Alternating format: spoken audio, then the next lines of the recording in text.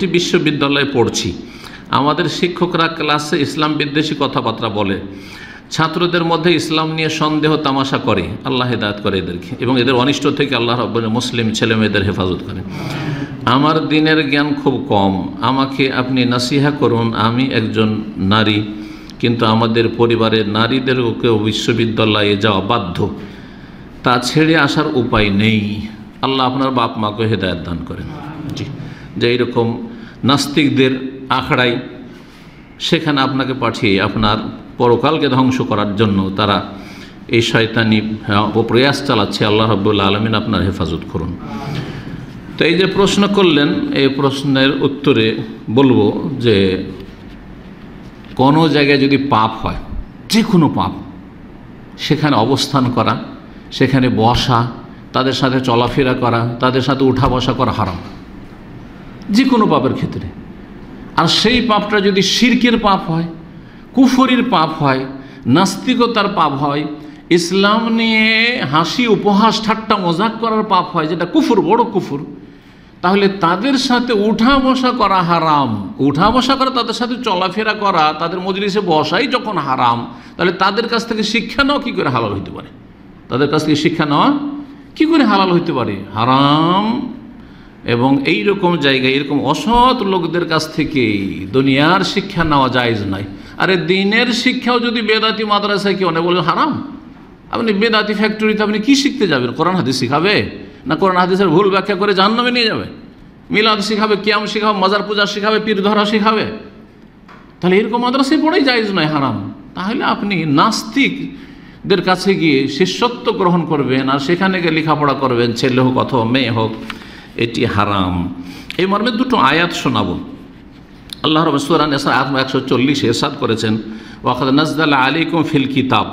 আল্লাহ কোরআনে কারীমে এই বিধান নাযিল করেছেন, আন ইযা সামি'তুম আয়াতিল্লাহি ইউকফারু বিহা ওয়াস্তাহজাউ বিহা। যখন আল্লাহর আয়াত তোমরা শুনছো, তখন দেখবে যে আল্লাহর আয়াতের সাথে কিছু লোকেরা কুফরি করছে এবং উপহাস করছে, ঠাট্টা মজাক করছে আল্লাহর বিধিবিধান নিয়ে আর ইসলাম নিয়ে, দাঁড়িয়ে নিয়ে, আর তারপরে মৌলবাদী তো এই তো সেই, হ্যাঁ এখন ওই নামাজ, এখন ওই সব, আরে কি এসব, এই ধরনের কথা বলা হচ্ছে, উপহাস করা হচ্ছে। ফালা তাকুদু মাহুম। এখন শোনেন, যেখানে আল্লাহর দিনকে নিয়ে উপহাস করা, আল্লাহর কিতাবকে, আল্লাহর দিনের বিধিবিধানকে নিয়ে উপহাস করা হয়, আল্লাহ বলছে তাদের সাথে বসিও না। ফালা তাকুদু মাহুম, স্পষ্ট, তাদের সাথে বসে, হাত্তা ইয়াখুযু ফি হাদিসিন গায়রিহি, যতক্ষণ পর্যন্ত কোনো ভালো কথাই তারা না বসবে। হ্যাঁ, ভালো কথা বললে বসো, না হলে কেটে পড়ো সেখান থেকে। ইন্নাকুম ইযাম মিসলুহুম, যদি এই পাপী নাস্তিকদের সাথে বসো, এই মুশরিক বেদাতীদের সাথে বসো, এই পাপীদের সাথে বসো, মদখোরের আসরে বসো, জুয়া খেলছে তাদের সাথে বসো, খুনি চোর ডাকাতের সাথে বসো, বেনামাজিরা বসে আছে রাস্তায়, আর আপনি নামাজ না পড়ে জামাত হচ্ছে, আর আপনি তাদের দলে গিয়ে বসে গেলেন যে আমাদের দেশে একটু গল্প করি, আল্লাহ লানত হচ্ছে সেখানে। এরকম যে কোনো পাপীদের কাছে আল্লাহ বলছেন, ইন্নাকুম ইযাম মিসলুহুম, তুমি যদি তাদের সাথে বসো, এই নাস্তিকদের সাথে, বেদিনদের সাথে, কাফেরের সাথে, আর এসব পাপীদের সাথে, উপহাসকারীদের সাথে, ইসলাম নিয়ে যারা উপহাস ঠাট্টা মজাক করছে, হাসি তামাশা করছে, তুমিও তাদের মতো হয়ে যাবে, তাদের দলভুক্ত হয়ে যাবে। কত বড় শাসন! তুমিও তাদের মতো পাপী হয়ে যাবে, কাফের হয়ে যাবে। ইন্নাল্লাহ জামিউল মুনাফিকিন ওয়াল কাফিরিনা ফি জাহান্নাম জামিয়া, নিশ্চয় আল্লাহ কাফের এবং মুনাফিক কপটদেরকে সবগুলিকে জাহান্নামে একত্রিত করবেন, সবকে জাহান্নামে আল্লাহ ঢোকাবেন। আর মুনাফিক হচ্ছে এই আস্তিনের সাপ, এখানে যদি সাপ ঢুকে থাকে তো বাঁচা মুশকিল, দংশন করবে। তো মুনাফিক ঘরের দুশ্মন মুসলিমদের, এদের থেকে বাঁচা মুশকিল, এদের অনিষ্ট থেকে। মুসলিম হয়ে, মুসলিম সেজে যদি কলেজ ইউনিভার্সিটিতে, শিক্ষা প্রতিষ্ঠানে তারা নাস্তিকর শিক্ষা দেয়, নাস্তিকতার প্রচার প্রসার করে, ইসলাম নিয়ে ঠাট্টা উপহাস করে, এরা হচ্ছে আস্তিনের সাপ। এরা ইসলামের ঘরের দুশ্মন। বাইরের দুশ্মন সজাগ, তাই না? বাইরে জানা আছে যে বাইরের দুশ্মন, এরা বিজাতি, কিন্তু এগুলোকে স্বজাতি মনে করছেন, কিন্তু আসলে স্বজাতি না, এগুলো বিজাতির এজেন্ট, এবং এরা ইসলাম মুসলিমদেরকে ধ্বংস করে দিতে চায়, এবং ইসলামের ক্ষতি হলে, মুসলিমদের ক্ষতি হলে তারা আনন্দিত হয়। এগুলি হচ্ছে মুনাফিকদের চরিত্র। আল্লাহ তাদের অনিষ্ট থেকে হেফাজত করেন। সূরা আনামের আয়াত নম্বর 68 আল্লাহ বলছেন, ওয়াইযা রাআইতাল্লাযীনা ইয়াখুযুনা ফি আয়াতেনা, তুমি যদি এমন লোকদেরকে দেখতে পাও যারা আমার আয়াত নিয়ে কি করছে, খেলতামাশা করছে, উপহাস করছে। শিক্ষক নাস্তিকতার চর্চা করছে, ইসলাম নিয়ে হাসি মজাক করছে, ফাআরিজ আনহুম, তাদেরকে এড়িয়ে চলো, তাদের থেকে মুখ ফিরিয়ে নাও, বাড়ি চলে এসো।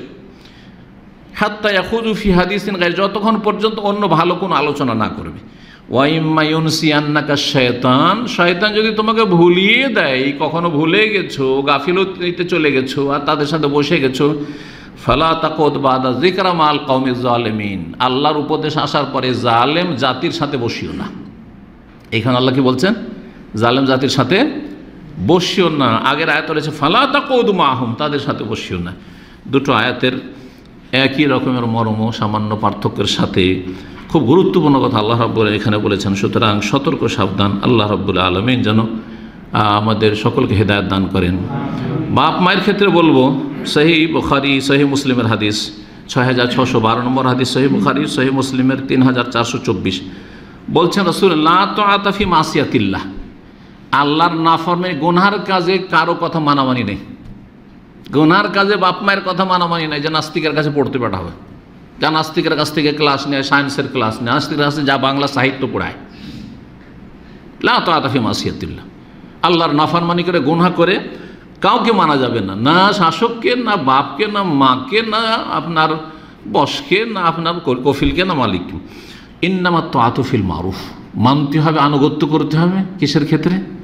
বৈধ কাজ, মারুফ ভালো কাজে, বৈধ কাজে।